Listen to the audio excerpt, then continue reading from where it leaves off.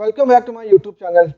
बहुत ही entertaining European football का ये वीक रहा और बहुत सारी बातें जो हैं वो इस एपिसोड में की जा सकती हैं। बहुत सारी चीज़ों को कवर किया जा सकता है, लेकिन अगर सब चीज़ों को कवर करने लगेंगे तो ये वीडियो बहुत ही ज़्यादा लंबा हो जाएगा।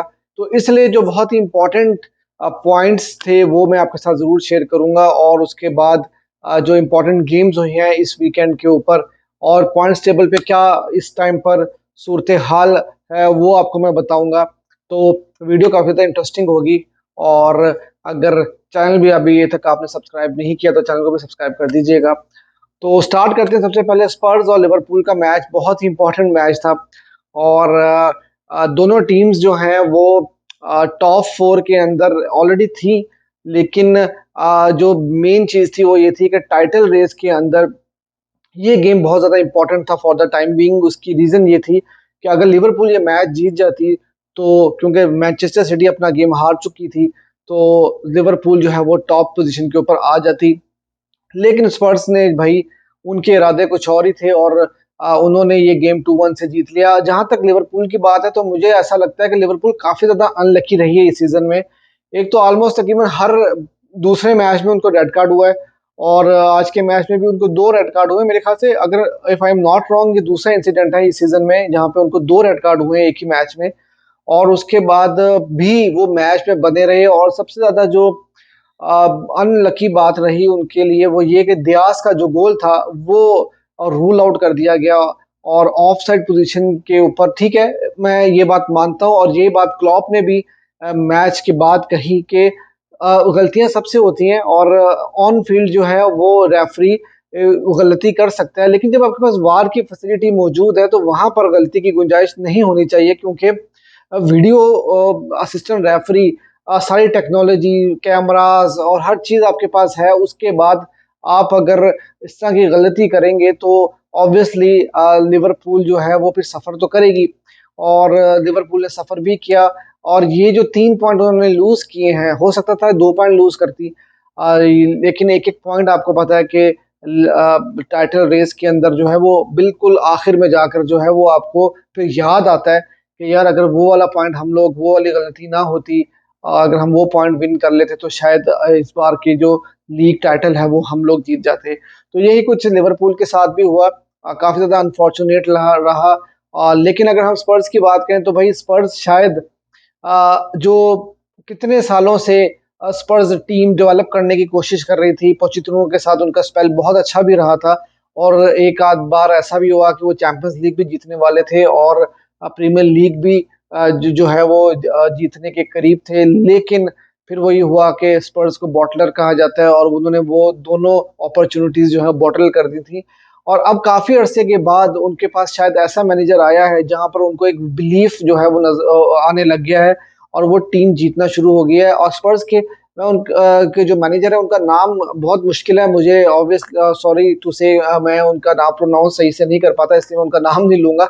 लेकिन उनका रिकॉर्ड अगर देखा जाए तो उन्होंने 51 होम गेम्स खेली हैं और सारी की सारी गेम्स जो हैं वो या तो ड्रॉ हुई हैं या वो जीते हैं। एक गेम भी वो नहीं हारे, तो बहुत ही जबरदस्त रिकॉर्ड है उनका होम के ऊपर एटलीस्ट। और स्पर्स की टीम केन के जाने के बाद से बहुत ही जो है वो डिफरेंट नज़र आ रही है। और बाज़ दफ़ा ऐसा होता है जब कोई एक सुपरस्टार प्लेयर आपकी टीम में खेल रहा होता है तो आप बहुत ज़्यादा रिलाई करते हो उसके ऊपर, और फिर उस बाकी प्लेयर्स की तरफ से ऐसी परफॉर्मेंसेस नहीं निकल के आती जो कि उनको दिखानी चाहिए।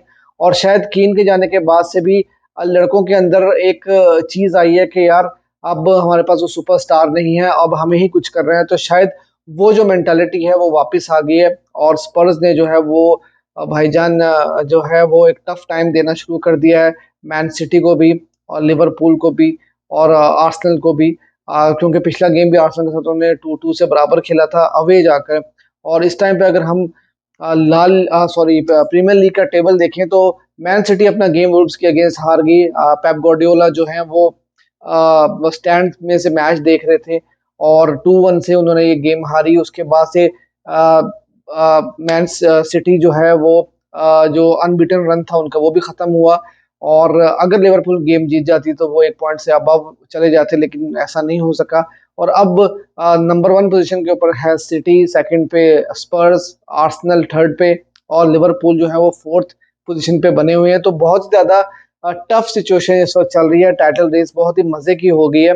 अभी बिल्कुल 7-8 गेम्स ही हुई हैं और अभी तो बहुत लंबा सफ़र बाकी है। तो देखते हैं कि ये फाइट कहाँ तक जाएगी और कितनी टीम्स जो हैं वो आखिर तक जाकर लड़ेंगी और कितनी टीम्स जो हैं वो बीच में ही साथ छोड़ जाएंगी और इस रेस के अंदर नहीं बनी रहेंगी। तो वो अब टाइम ही बताएगा। अब दूसरी तरफ अगर हम बात करते हैं ला लीगा की, तो वहां पर भी एक बहुत ही इंपॉर्टेंट गेम थी, Girona versus real Madrid. Girona जो टॉप पोजीशन के ऊपर बनी हुई थी, और अगर आज का गेम वो जीत जाती तो ऑब्वियसली वो टॉप पे आ जाती। बारसा इस वक्त टॉप पर थी क्योंकि उन्होंने एक गेम एक्स्ट्रा खेला हुआ था। लेकिन जिरोना के पास मौका था कि वो अगर मैच ड्रॉ भी कर लेती तो एक अच्छी पोजीशन में आ जाती।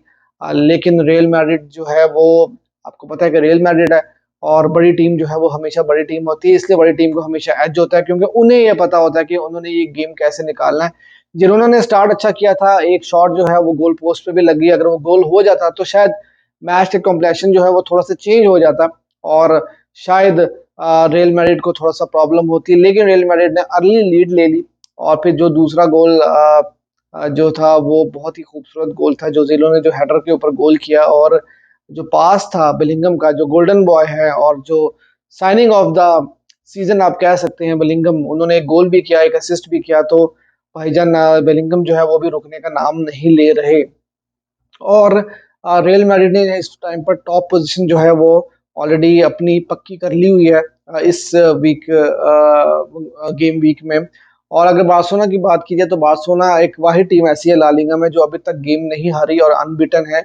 लेकिन ऑब्वियसली पॉइंट्स के हिसाब से अगर बात की जाए तो रियल मैड्रिड इस वक्त टॉप स्पॉट के ऊपर है। और जिरोना, देखिए मैंने आपको पहले भी कहा था कि जिरोना जैसी टीम्स जो होती हैं थोड़ी मीडियोकर टीम्स होती हैं, नो डिसरिस्पेक्ट टू देम, लेकिन जिरोना अपना करेक्टर शो नहीं कर पाई क्योंकि जब उन्होंने 1-0 की, जब 1-0 उन्होंने कंसीड कर लिया, एक गोल से वो पीछे आ गए, तो उसके बाद से जिरोना गेम के अंदर उस तरह से वापस नहीं आई। और रियल मैड्रिड ने जब पहला गोल स्कोर किया तो उसके बाद स्पेशली जब दूसरा गोल स्कोर करने के बाद से रियल मैड्रिड जो है पूरी गेम के ऊपर छाई रही और जिरोना के पास किसी भी सवाल का जवाब नहीं था। तो अब यही बात मैंने आपको पिछली वीडियोस में भी कही थी कि जब इस तरह की सिचुएशन होती है और जब जिरोना जैसी टीम्स होती हैं जो जो काफी अच्छा कर रही होती हैं, लेकिन जब उनको ऐसा मौका आता है कि जहां पर डू और डाई की सिचुएशन आती है और जहां पर उनके पास मौका आता है बढ़त लेने का, तो वहां पर जब वो परफॉर्म, जहां पे उनके लिए इम्पोर्टेंट चीज होती है परफॉर्म करना, वहां पर आके जब वो चोक कर जाती हैं तो उधर ही जो है वो टाइटल रेस में जो है वो लोग पीछे रह जाते हैं। और आज की गेम बहुत ही इंपॉर्टेंट थी, अगर जिरोना ये गेम बराबर भी कर लेती तो ये बात कंसिडर की जा सकती थी कि जिरोना जो है वो लंबी रेस का घोड़ा साबित हो सकती है। खैर अभी भी बहुत सारी गेम्स बाकी हैं, अभी तो ऑलमोस्ट 31 गेम्स जो है वो इस सीजन में बाकी हैं। तो देखते हैं कि कहाँ तक जो है वो कहानी जाती है। और अभी एक तक की जो चीजें समझ में आ रही हैं वो यही आ रही है कि भाईजान रियल मैड्रिड जो है वो टॉप पोजीशन के ऊपर है और दूसरी तरफ बार्सिलोना जो है वो उनको अब चेस कर रही है और ये टाइटल रेस जो है काफी ज्यादा इंटरेस्टिंग होती चली जा रही है। इस महीने में अल क्लासिको भी आने वाला है, तो अल क्लासिको भी डिसाइड करेगा कि कौन सी टीम जो है वो डोमिनेट करेगी।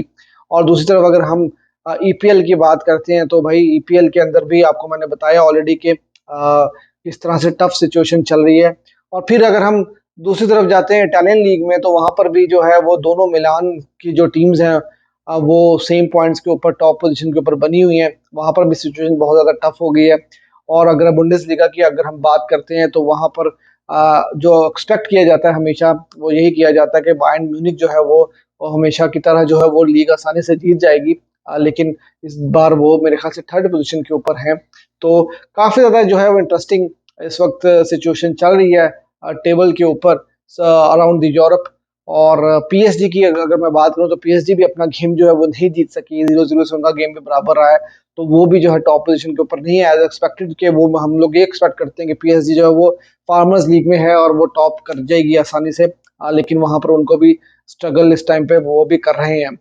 और अब आ रही है भाई चैंपियंस लीग इस मिड वीक में, और बार्सिलोना के लिए एडवांटेज ये है थोड़ा सा कि बारसा ने फ्राइडे को गेम खेला था और अब बारसा के अगला गेम जो पोर्टो के अगेंस्ट है, बार्सिलोना ने अवे जाकर खेलना है ये गेम। तो वहां पर बार्सिलोना जो को थोड़ा सा टाइम मिल गया है अब, क्योंकि बारसा ने वेडनेसडे को गेम खेलनी, तो 3-4 दिन जो है वो बारसा को थोड़े से मिल गए हैं, तो रेस्ट करने का भी मौका थोड़ा सा मिल जाएगा प्लेयर्स को। तो ये एक अच्छा साइन है। तो लेकिन ये है कि अब जो सीजन है वो फुल स्विंग के ऊपर है इस टाइम पर, और सीजन में जो है वो कहीं पर भी कोई भी गलती जो है वो किसी भी टीम के लिए काफी ज्यादा मुश्किल क्रिएट कर सकती है। तो ये थी आज की वीडियो। अगर आपको वीडियो पसंद आई हो तो वीडियो को लाइक भी कर दीजिएगा और चैनल को सब्सक्राइब भी कर दीजिएगा।